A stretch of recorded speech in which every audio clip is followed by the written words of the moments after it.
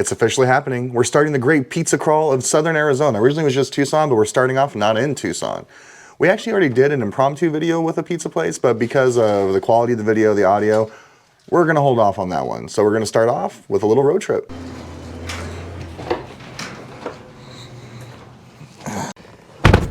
I thought we were taking the Tesla. I thought we were taking the Tesla too. However, this is one of the issues with having the electric car. Where we're going in Bisbee, Arizona actually has no Tesla charging stations. I checked, they have no charge point that's available to the public. And the round trip would leave us with about 10% if we were to come back, if we didn't do any other side trips, anything. And that's too close to comfort for me. So this is one of those rare occasions, we're gonna take the gas car because I don't think the electric car is gonna cut it, unfortunately. But to get gas. So today's pizza adventure takes us to Bisbee, Arizona, to a place called Screaming Banshee. I had not heard of it until recently, and I kind of read about it in a best of Arizona type deal, and then your dad actually mentioned it to me that they stopped there and they absolutely loved it. Now we definitely need to try it out. So let's go check out Screaming Banshee Pizza, but first, we have to pick up our monsters. We had a date night and a night off. I slept. Did you sleep? I slept. It was weird. Say hi, monsters. I'm not like what? You're a monster.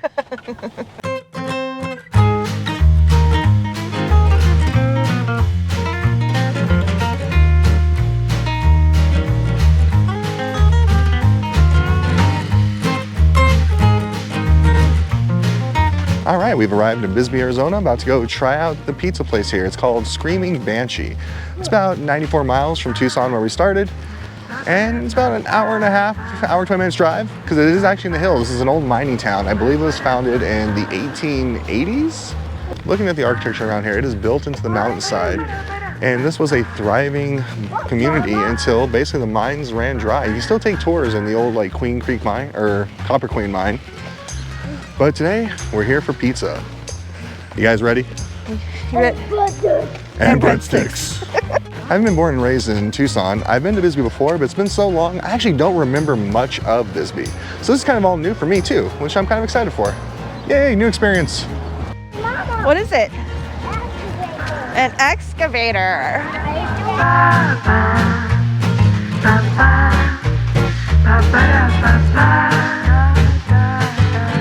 It already smells phenomenal. I'm excited.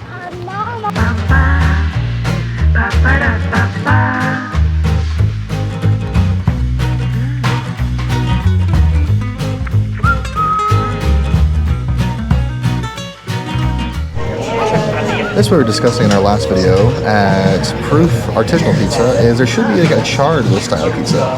But I was under the impression that Proof was a wood fire, but it was a gas oven. So let's check out the charred crust here.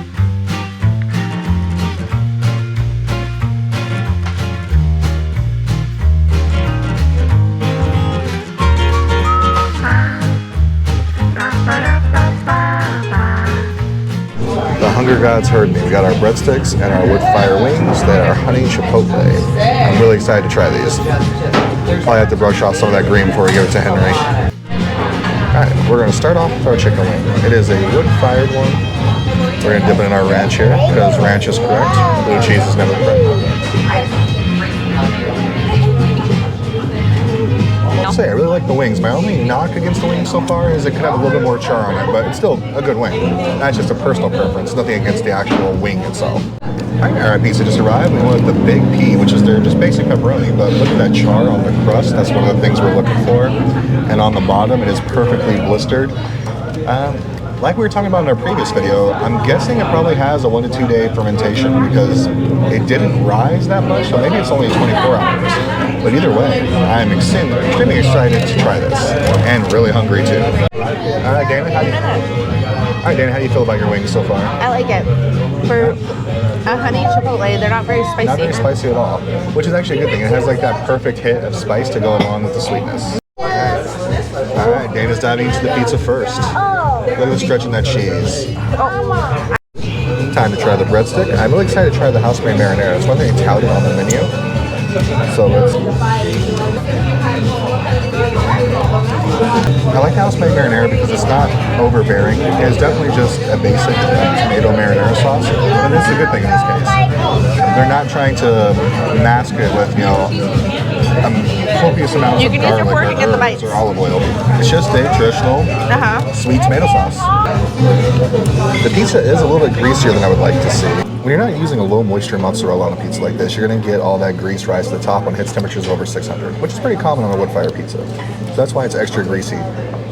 It's not a bad thing, because wood fire I kind of expect it. It's just maybe use a, I don't know, a thicker sauce sometimes can help prevent that. All right, let's try it out and see what it tastes like.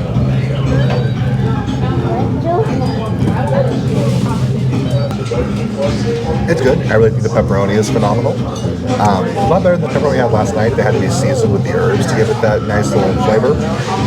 It is a little soggy because of the grease, but again, kind of expected that with the cheese that they're using. All in all, I actually really like it.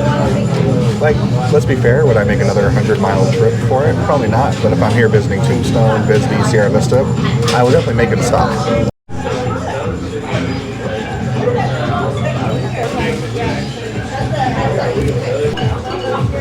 That's the orange grease I'm talking about. This one's had time to settle a little bit. I do have to say, the crust is definitely a 10 out of 10. That char in there is perfect. It's got a great crunch, great foldability. I'm a big fan of the crust they use here.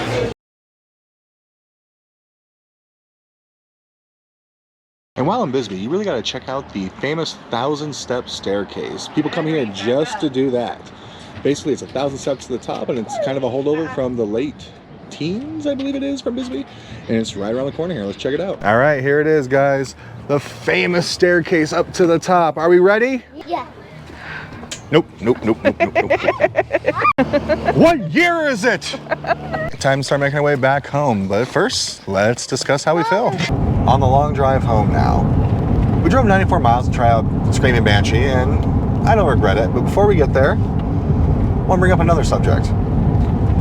One of the things I said I want to get back to doing that I started with this channel, with the intentions of doing with this channel, is talking about what it's like to have an electric car, to have it with the family, and we go on our adventures. Let's talk about the family portion. Sometimes I have to remember we have a 3-year-old and a 6-year-old. They don't make things that should be easy very easy sometimes. We spent our entire lunch, for the most part, telling one of them to, no, you don't make music with plates. No, we don't make music with the fork.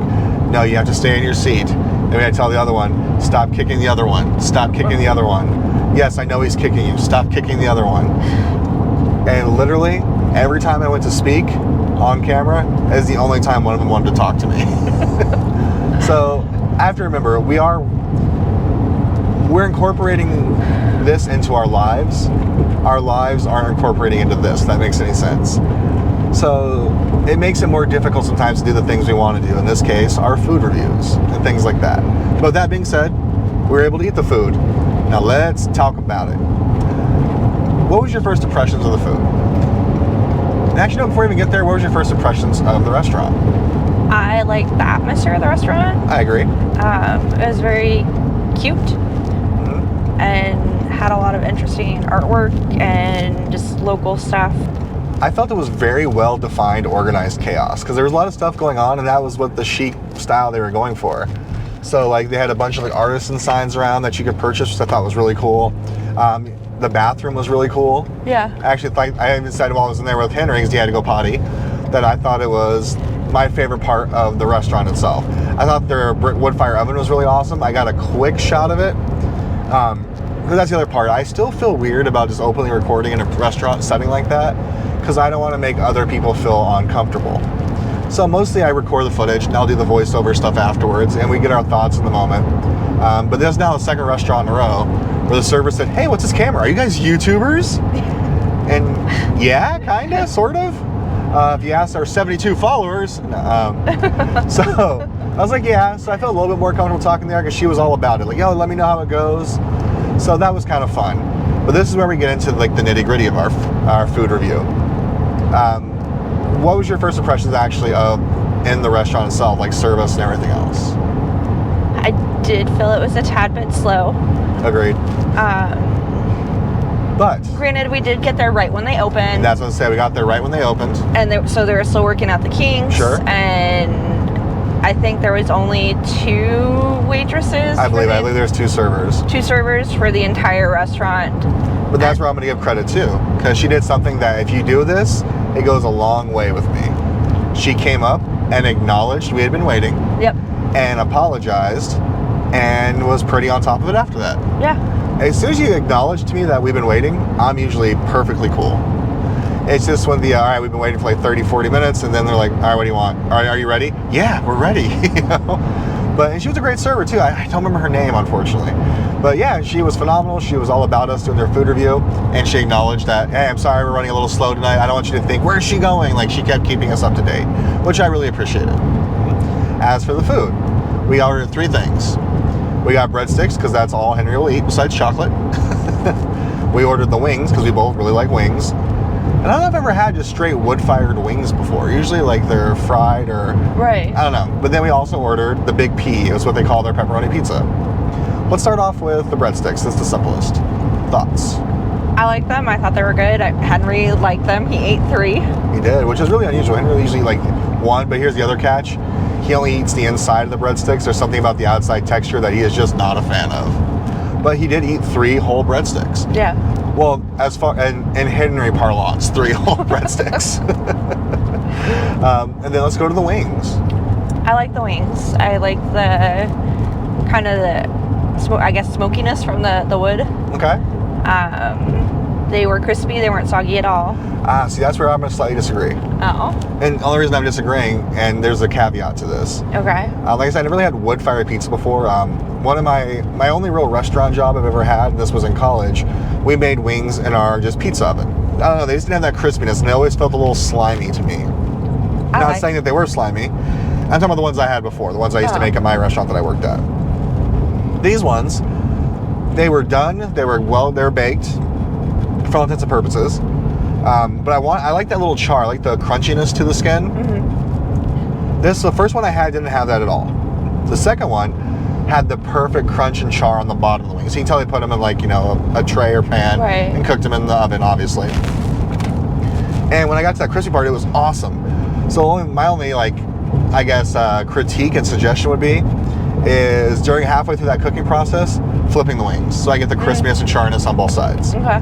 But I still really enjoyed them. I ate like 7 of the 10 wings, or 6 of the 10 wings. They were good. And I really liked their honey chipotle sauce, because it wasn't a barbecue sauce. It was literally honey and chipotle. And it was delicious. I was actually dipping my carrots and celery in them. Spicy, which I liked. Which, that's a common misconception too. Like Chipotle, although a pepper, is not really that spicy. It just gives you that like little zing, which I thought that was phenomenal. I really enjoyed the wings. Like, I really like the wings. And lastly, the pizza. Again, we ordered the Big P, which is just their pepperoni pizza. First thought when I saw it is the crust looked amazing, because the crust had that nice perfect char around it that you get with that wood fire pizza. I can tell right off the top they weren't using a low moisture mozzarella. They were using, I'm assuming, I didn't ask, but a regular mozzarella, which was part skim, I'm gonna guess. So originally I thought there might be some like provolone or a different kind of like a Fontana type cheese in there. But as it started to settle, because of that hot heat from the oven, it started oozing the orange oil, which is like the fat and everything rendering out of the cheese because of the heat. So it was a little bit greasier than I would have liked, but I expected that from the high fire oven again. Right. But I know you don't dive into the pizza like that. You're like, does it taste good?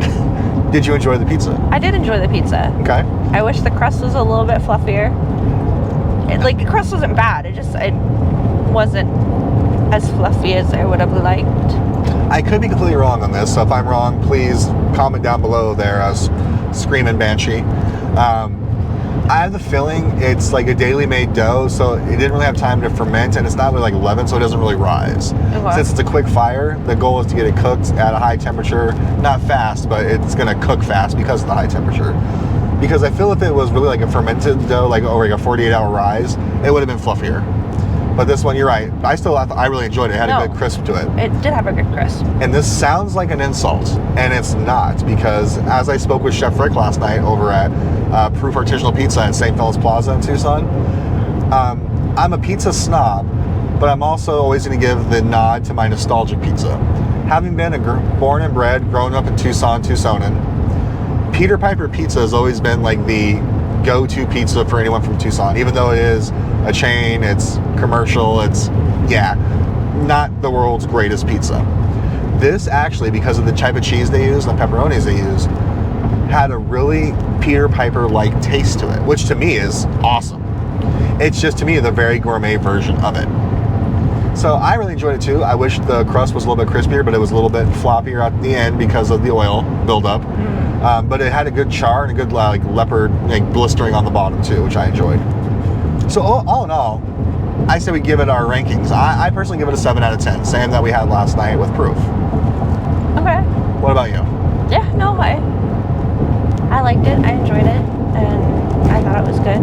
Okay. And the cool part is it's right across the street from a Bisbee draw, which is the 1,000-step staircase.